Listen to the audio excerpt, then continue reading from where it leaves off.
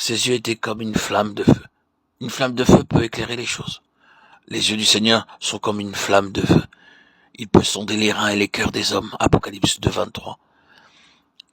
Rien ne peut lui être caché. Si ses yeux voient quelque chose qui s'oppose à sa volonté, il le jugera et le condamnera. Il est lumière, et il est lumière. Il est lumière, et il est lui-même l'illumination. Il met en évidence nos péchés afin que le juste demeure pur et que le méchant aille à la perdition. En parlant de l'apparition du Seigneur, le livre de Malachie déclare qu'il sera comme le feu du fondeur, chapitre 3, verset 2. Lorsqu'il rétablira Israël, le Seigneur les purifiera par l'esprit de justice et par l'esprit de consomption. Lorsque nous serons confrontés au jugement du Seigneur, il se servira du feu pour éprouver l'œuvre de chaque homme, car le jour la fera connaître, parce qu'elle se révélera dans le feu éprouvera ce qu'est l'œuvre de chacun. 1 Corinthiens 3, 13. C'est pourquoi ne jugez rien avant le temps, jusqu'à ce que vienne le Seigneur, qui mettra en lumière ce qui est caché dans les ténèbres, et qui manifestera les desseins des cœurs. Alors chacun recevra de Dieu la louange qui lui sera due. 1 Corinthiens 4, 5. Et car il nous faut tous comparaître devant le tribunal de Dieu, afin que chacun reçoive selon le bien ou le mal qu'il aura fait, étant dans son corps. 2 Corinthiens 5, 10.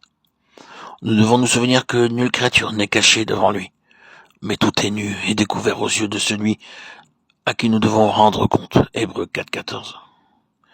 Qui peut échapper à son regard? Nul de nous. C'est pourquoi chantons aujourd'hui ce cantique chaque jour. Mes yeux, j'élève, la lumière du jugement m'examine. Puisse toute ma vie et mon œuvre soutenir le feu de ce grand jour. Ses pieds étaient semblables à de l'airain ardent. L'airain, dans l'écriture, symbolise le jugement. La cuve qui était placée entre la tente et l'autel, ainsi que le serpent fixé sur une perche dans le désert, étaient tous deux entièrement faits en airain. Exode 30, 18 et Nombre 21, 8, 9. Ses pieds étaient semblables à de l'airain brûlant. Cela nous montre que toutes ses œuvres, ses voies et sa marche sont entièrement justes. Ses pieds étaient semblables à de l'airain ardent, comme s'il eût été embrasé dans une fournaise. Quand l'airain est affiné dans une fournaise, il devient étrangement blanc. Combien purs et forts sont les pieds du Seigneur. Tout ce que condamne ses yeux pénétrants, ses pieds puissants le foule. Il jugera tout ce que ses yeux reconnaîtront coupable. Ses œuvres sont pures, tandis qu'il marche de manière si sainte au milieu de ses églises.